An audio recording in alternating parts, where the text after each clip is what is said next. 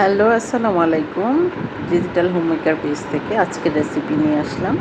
আজকে এমন একটি রেসিপি তৈরি করব যেটা দেখি সবাই খেতে চাইবেন। দেখেন কিভাবে তৈরি করি। এটা এখন সিজন চলছে। আমাদের এজন্য লাগবে কিছু মুখি। এখন বর্ষাকাল। এখন কিন্তু সব জায়গায় কিন্তু আপনি ভালো, ভালো কচুর মুখি পাবেন। এই মুখিটা কি করব, একটা পাতিলে পানিতে একদম ডুবানো অবস্থায় দিয়ে সিদ্ধ করে নিয়ে আসব। এই যে দেখেন আমার মুখিটা কিন্তু সিদ্ধ হয়ে গেছে। এখন আমি এটাকে একদম খুব পরিষ্কারভাবে সুন্দর করে চামড়াটা উঠায় নিব। ছিলানো যেটাকে বলে, আমি ছিলে নিচ্ছি। দেখেন একটা একটা করে সবগুলো আমি সুন্দর করে, অনেক সময় কিন্তু কিছু মুখি আছে ফাটা থাকে, সেই ফাটা মুখিগুলো কিন্তু আপনার একটু বেশি করে ফেলতে হবে, যেটাতে বালু থাকার সম্ভাবনা খুব বেশি থাকে। সেই জন্য আমি সবগুলো দেখে দেখে আস্তে আস্তে করে একদম ভালোভাবে চামড়াটা উঠায় নিচ্ছি। এবং দেখতে পাচ্ছেন যে অনেক মোটা মোটা করে উঠাচ্ছি কেন, অনেকগুলো মুখি ছিল যেগুলা একটু ফাটা, একটু বালু কালো, সেগুলো আমি পরিষ্কার করে নিয়েছি।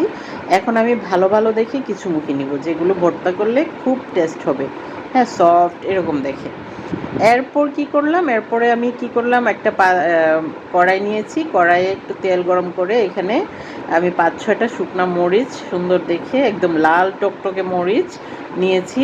দিয়ে দিয়েছি 1 কাপ পরিমাণ রসুনের কোয়া, যেটা বড় রসুন একটা দিলেই হবে। তারপরে আগে থেকে কেটে রেখেছিলাম পেঁয়াজ কুচি, সেই পেঁয়াজ কুচিটাও দিয়ে দিলাম। এই 3টা জিনিস কিন্তু আপনি ভালোভাবে একদম লাল করে ভাজতে হবে, হ্যাঁ। তেলের মধ্যে আস্তে আগুন দিয়ে খুব কম আঁচে ভালোভাবে আপনি ভালো করে ভেজে নেবেন, লালচে করে। দেখতে পাচ্ছেন। এখন নিয়ে আসছি ভর্তা বানানোর পালা। এখন আমি কি করব, মরিচের যে ডাঁটাগুলো ছিল সেগুলো আমি ফেলে দিচ্ছি। ফেলে দেওয়ার পরে আপনি এটা লবণ দিয়ে, একটু লবণ মিশিয়ে, লবণ দিয়ে ভালো করে আগে মরিচটা ভেঙে নিব। মরিচটা ভাঙ্গা হয়ে গেলে আমি আস্তে আস্তে করে রসুন একদম স্মুথ করে মতে নিব। মরিচের সাথে রসুন পেঁয়াজটা খুব ভালো করে মেশাতে হবে। এই জন্য কিন্তু আমি হাতে গ্লাভস পরে নিয়েছি।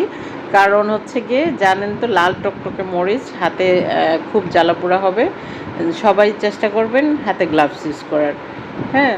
কারণ হচ্ছে গ্লাভসটা থাকলে আপনি ইচ্ছে মতো ঘষতে পারবেন, যেটা আমি খালি হাতে একদমই পারি না। আমি হাতে শক্ত করে ঘষতেই পারি না গ্লাভস ছাড়া। এখন গ্লাভস পরে নিয়েছি, ইচ্ছা মতো এটাকে মাখিয়ে নিচ্ছি। মাখানো হয়ে গেলে দেখতে পাচ্ছেন একদম লাল টকটকে। আমি যতটুকু মুখি নিয়েছি সেজন্য আমি একটু ভর্তা, মরিচের ভর্তা কিন্তু আমি একটু আলাদা করে নিয়েছি। এখন আমি মুখিটা এই অর্ধেকটা মরিচ ভর্তার সঙ্গে ভালোভাবে মেশাবো। একদম স্মুথ হতে হবে। এই ভর্তাটার স্বাদ হচ্ছে একটাই, এটা এমনভাবে মাখাতে হবে যেন আপনার এটা স্মুথ হয়। একদম স্মুথ করার জন্য আমি একের পর এক মেখেই যাচ্ছি ইচ্ছা মতো করে আমি মাখাচ্ছি।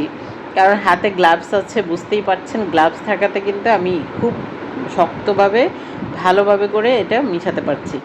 এখন হচ্ছে গিয়ে টেস্ট বাড়ানোর জন্য আপনি সরিষার তেল ব্যবহার করবেন। সরিষার তেল, খাঁটি সরিষার তেল যদি আপনি ইউজ করেন, এই ভর্তার স্বাদ দ্বিগুণ বেড়ে যাবে, হ্যাঁ। আর এই একটা ভর্তা দিয়ে কিন্তু আপনি একদম পেট ভরে যে কোনো মুহূর্তে খেতে পারবেন।